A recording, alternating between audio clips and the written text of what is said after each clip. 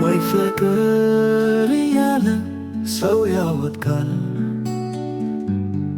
ግን ማንም አላየው ቆሞ በአካል፣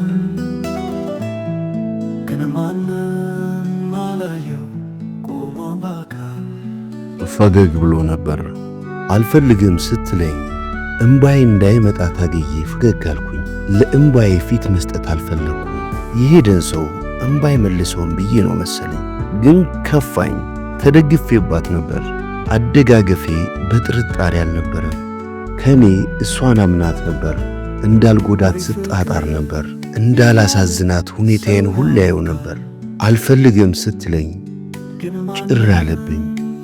በግርግር ውስጥ ጭርታ ስሜት እንዴት ይወለዳል? ጭርታው አስፈራኝ። ጭርታው ድብርት ወለደ። እሷ ስታብራራ እኔ መልስ መስጠት አልፈለኩም። እንዲህ ስለው እንዲህ ላል ብላ ምላሽ ተሸክማ እንደመጣች ገብቶኛል።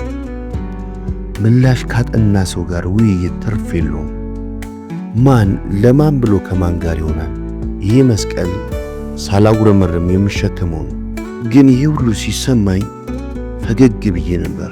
እሷም አልፈልግህም ስለው ፈገግ ብሎ ነበር ትል ይሆናል።